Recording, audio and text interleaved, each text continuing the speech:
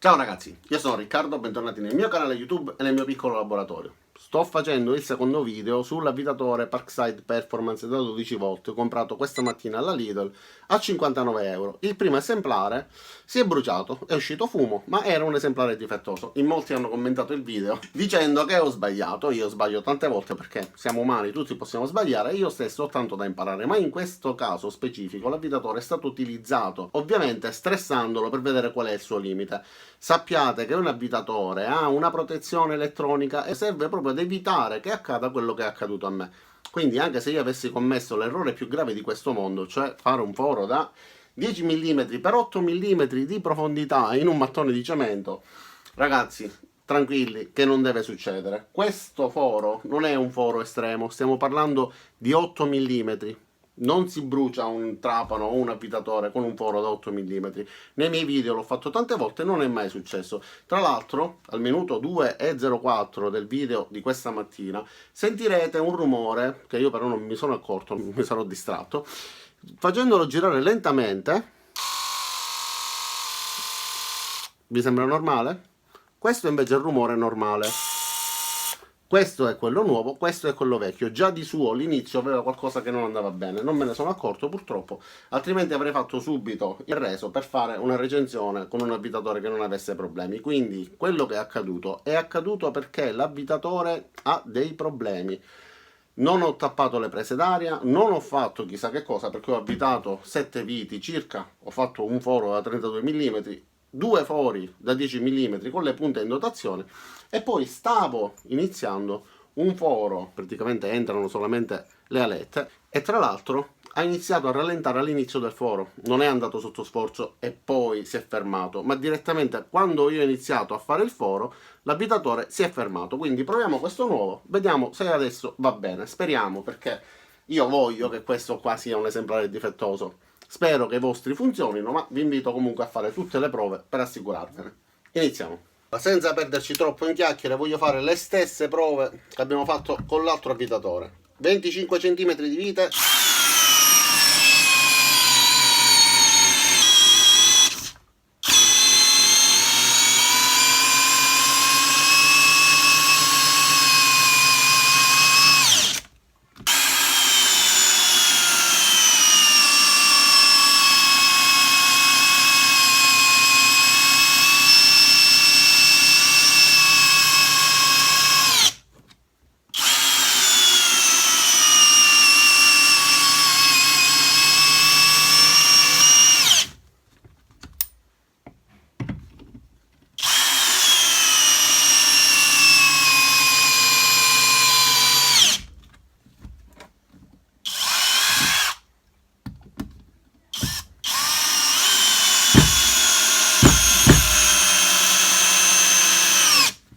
Ok, le viti da 3 mm lasciamole stare. Proviamo ora a fare un foro con la punta da 32 mm.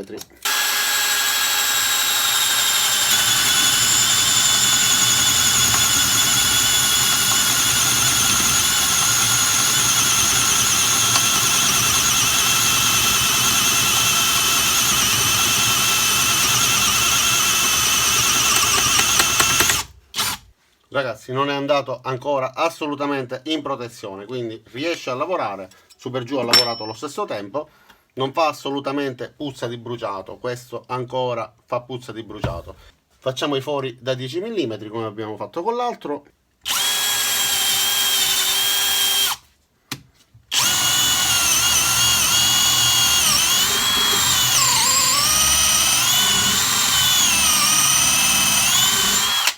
Completamente diverso, sembra un altro avvitatore.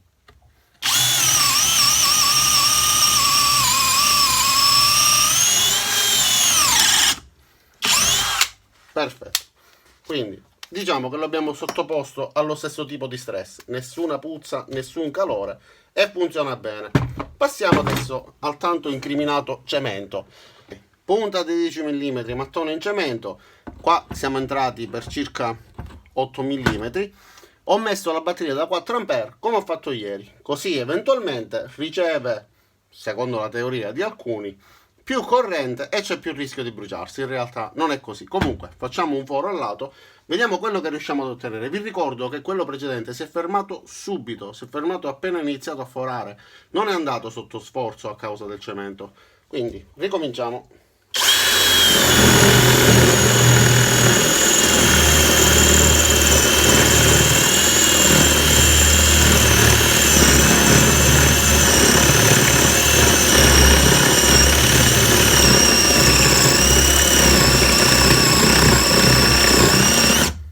Mi pare che stia andando benissimo. Adesso mi fermo perché praticamente ho quasi raggiunto il bancone, rischio di fare un foro anche sul legno, ma è andato benissimo, ne possiamo fare quanti vogliamo.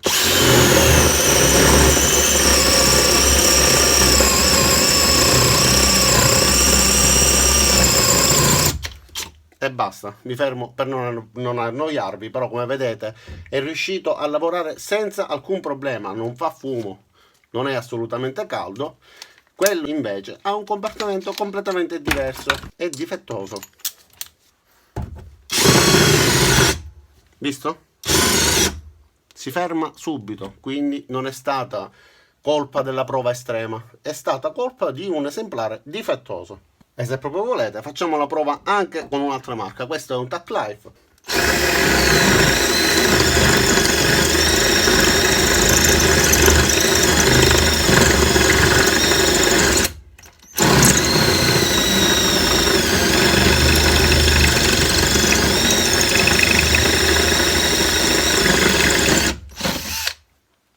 Quindi ho esagerato con le prove oppure era un esemplare difettoso?